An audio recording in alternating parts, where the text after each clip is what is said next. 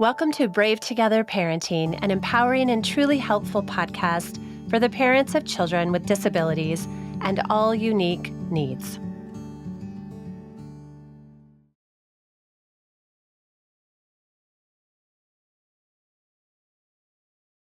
What do people do if the neighbors hear something or they do experience some sort of a skirmish with our kids or adults? What do we do there? So I can tell you that neighbor problems are probably the number one call generator for probably law enforcement across the U.S. And a lot of Really? it yes, and a lot of it has to do with we don't get to know our neighbors anymore. We go to work, we have our cell phones, we have our social media. We get up, we open the garage, we pull out, we go to work, we come home, we open the garage, we close it, and that's it.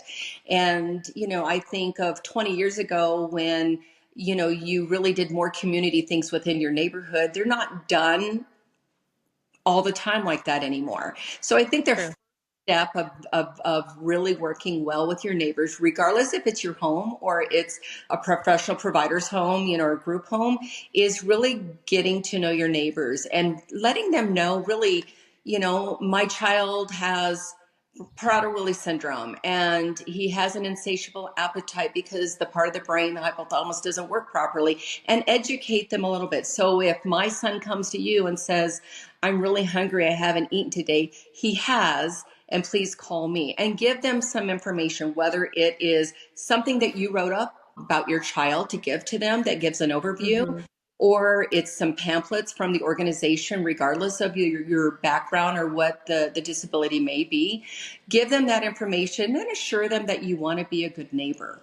None of us, it's embarrassing. I know when my son has a meltdown and the neighbors are listening and they're looking.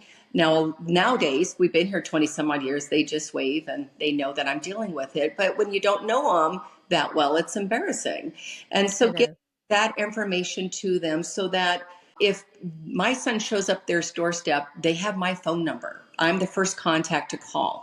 And if they can't get a hold of me, then if they need and they feel there's a safety issue, to call law enforcement. But really kind of getting them on the same team as us so that they work with us instead of against us. And I don't think neighbors necessarily want to work against you. They just don't know you a lot of times or understand the circumstance. So if you allow them to have some information about your life, and I know not everybody feels comfortable doing that, and it doesn't have to be detailed information, but a little information goes a long way when it comes to things like this.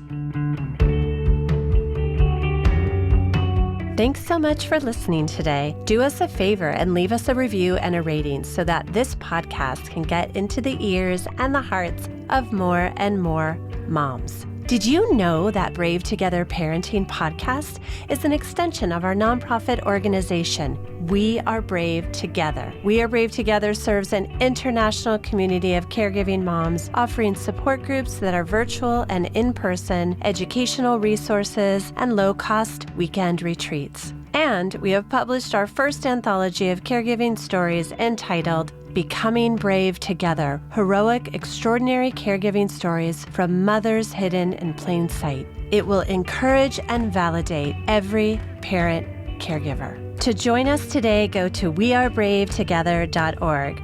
Our support and sisterhood awaits you.